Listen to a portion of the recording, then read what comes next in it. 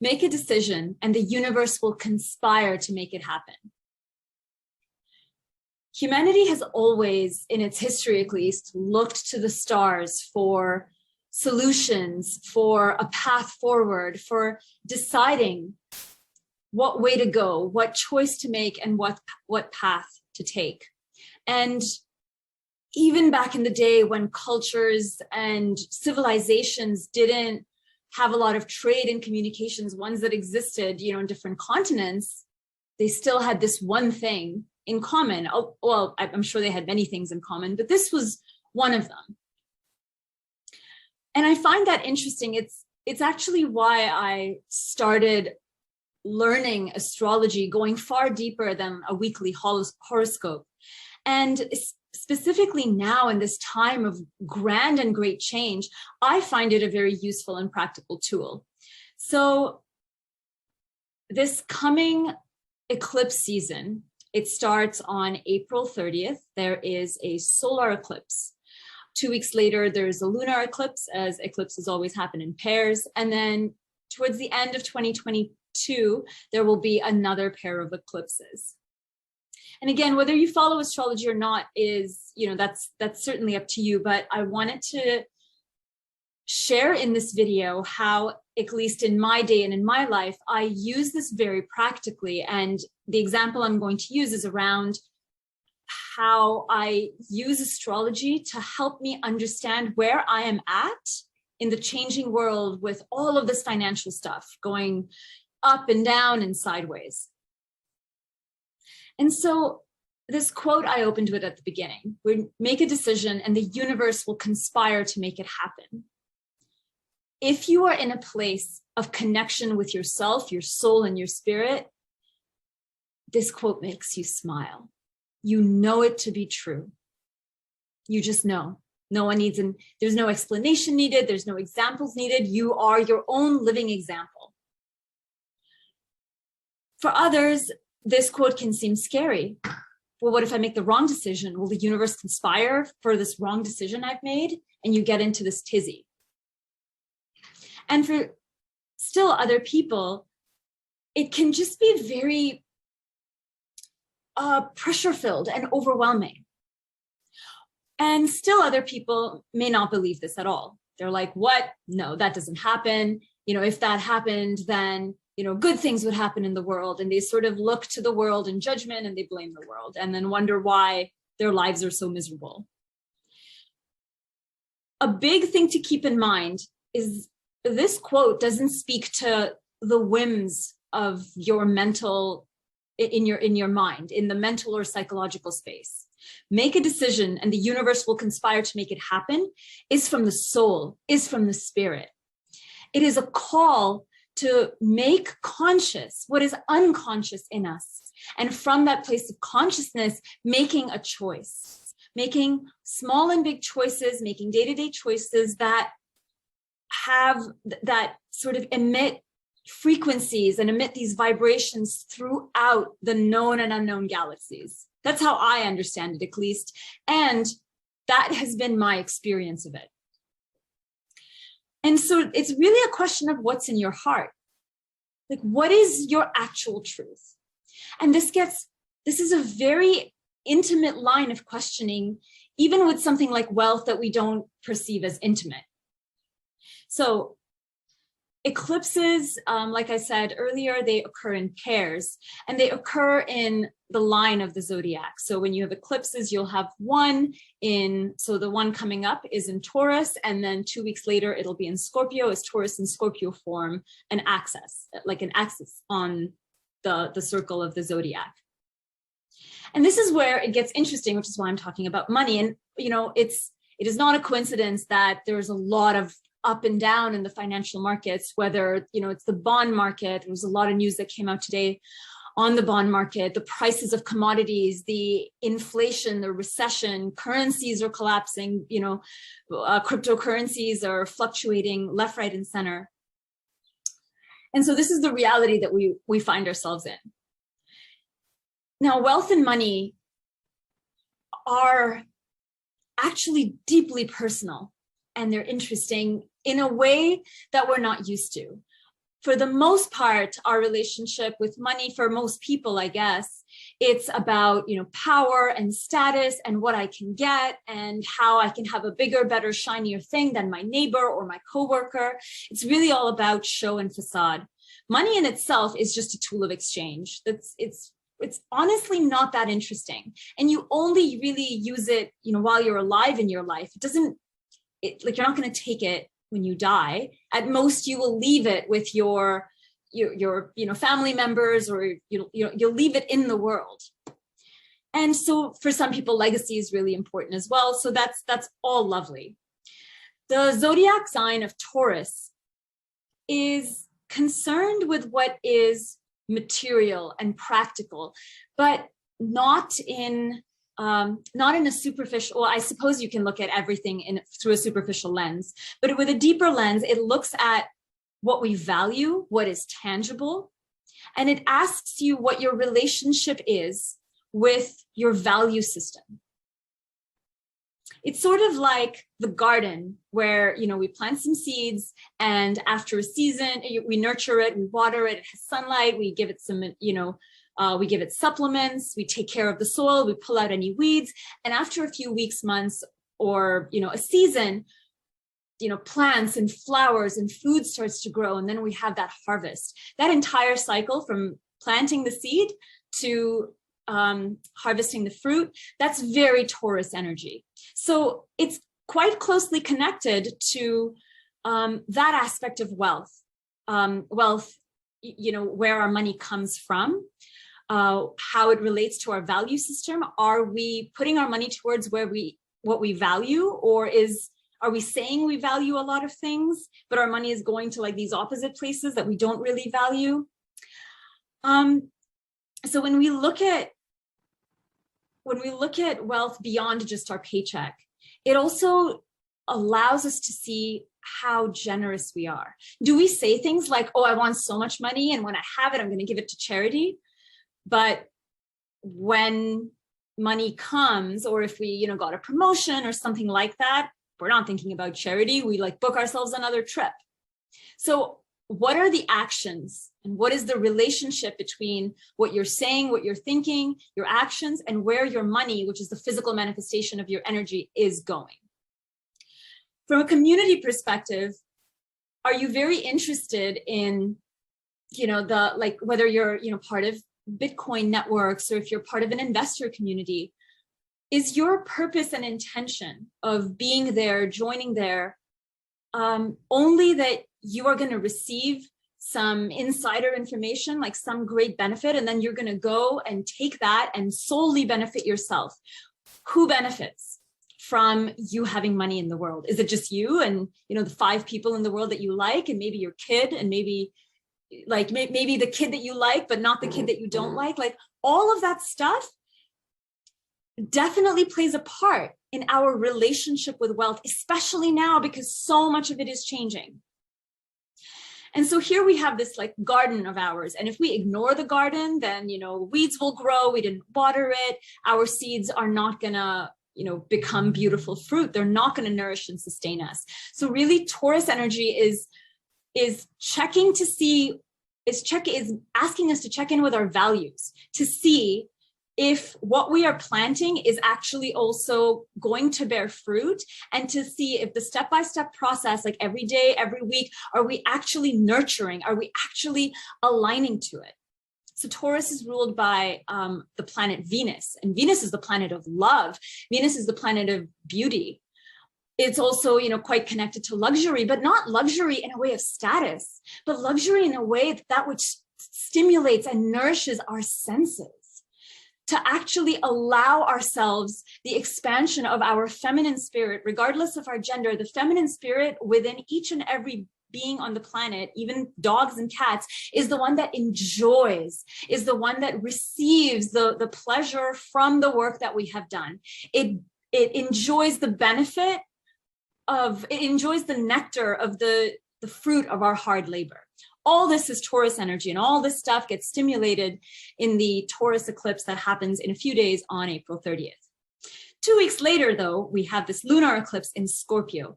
Scorpio is very interested in our deep unconscious depths. Scorpio is like the gardener that is digging and digging and digging in deeper to see if this is the right soil in which we plant our seeds.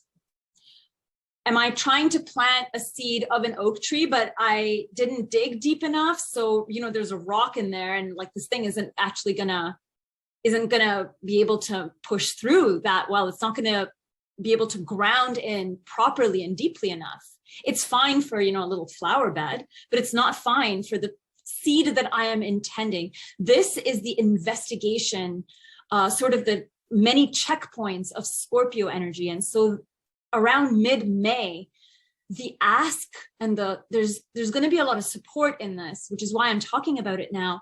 But the ask is almost like the invitation is, are we actually deeply checking in with ourselves? What are our conscious and unconscious patterns? What are our family patterns? What are the patterns around wealth, wealth, money, accumulation, spending, all of this stuff in the neighborhood that we live in the community that we live in? When we talk to people, what is the actual truth? What are our feelings about this? While Taurus is concerned with sort of the material realm, Scorpio is concerned with the emotional truths. And it's digging, not because it's a jerk, it's digging because it's trying to uncover what our own truths are.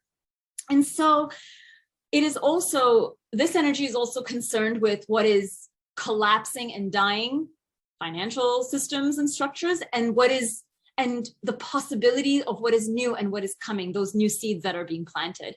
But you can't plant new seeds when you have like this massive, overgrowth of weeds. You have to actually like dig in, pull all of that out and prepare the soil so that it is ready. So these energies kind of dance and they work together.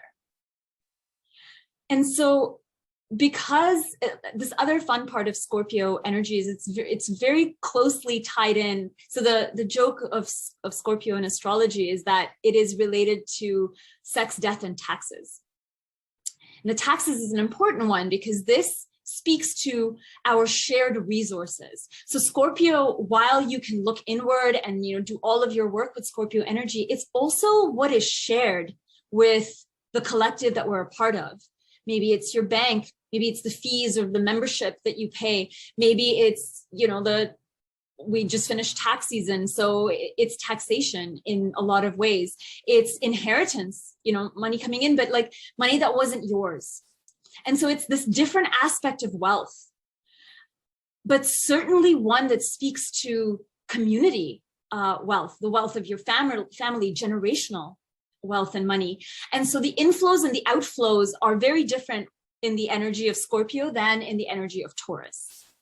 And so all this is sort of coming up, but Scorpio digs deep because it is also interested in power. It is interested in finding the truth of what power is, because with money, you perhaps have more power than someone who does not have money. What is the truth of your heart? What is the truth of your spirit? What decisions are you making from within that the universe is conspiring to make happen? And how is that represented in the power dynamics, in the money dynamics in your life? What is the truth of that in this moment before you even start to change anything? Do you have, a fair amount of money, you're good, but you're surrounded by people who kind of want to take money from you. Maybe they guilt you, maybe they shame you. Maybe you do that to someone else. Maybe you're someone who leeches off of another person. Maybe you think you're fine, you have your job, you have your income, and you're coasting, and you're very surprised to hear that, the price of groceries, the price of commodities have gone up so much, and you sort of don't know what to do with any of this. And so we have all of this happening in this really packed 2 weeks. And the cool part with eclipses is they sort of kickstart the energy. And then this is kind of where we swim for the next several months. But it is such a brilliant time. It is such a brilliant time to know where we are at. What are our values? What are our ins and our outs? What is our truth? What is the universe showing us? Because, you know, the other way of looking at that quote from the beginning is, if the universe is conspiring and showing us all of this, like things are breaking, new things are coming, these people are fighting, there is a truth and a decision that was maybe made by the collective consciousness. And this is now what the universe is conspiring. This is now what we are taking in. This is now what is happening, because maybe the truth is, we all want prosperity for all. We all want peace. And it cannot happen if if I'm secretly greedy, or I'm secretly miserly, or the only way I know to have power is by taking power from you. If that is my only way, if that's my only truth, a lot of my way forward is gonna get shaken. It's going to start to dismantle. I'm going to start to feel very chaotic, very uncomfortable, very unsure. I'm going to start to try and grasp to hold on to something. But if I know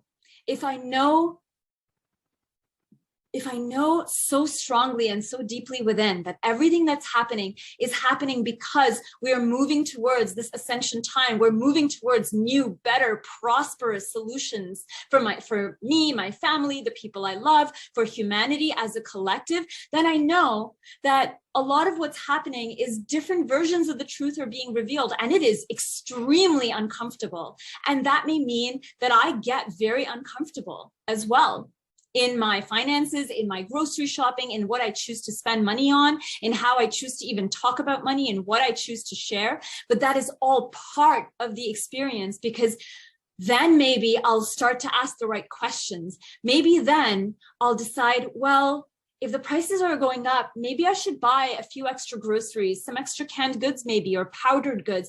Maybe I should start to like stock and store. Maybe I'll touch in with my elderly neighbor and see if they need anything. You know, maybe I'm too busy, but I can buy groceries and they can cook. And we start to find these creative, brilliant, beautiful ways that the human collective has and will always just naturally do. We are naturally communal social beings. We will find solutions to everything that is happening right now. We will be able to thrive if we know our truth. If we actually are if we are in enough love within the self that we can hold our truths within. And it is okay if you are, working with your money and your wealth vibration, and you're looking at your value system, and if your truth is you do not care about anyone else, you just want to have enough money to do the things you want to in life, if that's your truth in the moment, I would really encourage you to step aside any type of judgment you have. If that's your truth in the moment. It is a changing universe. I assure you that that truth of yours will also change and evolve as the weeks, days, and months progress. So, we all have to reestablish our boundaries. We all have to choose where we're spending our money, who we're giving our money to, where we're receiving money from. Maybe it's a great time to evaluate all of your, monthly expenses and where your memberships are, and see if you actually use them. Are they providing you value, or are you just paying them because you signed up six months ago and you haven't really thought about it? That's money out of your account. So start seeing your money as part of your energy force, because it's the physical manifestation of your energy.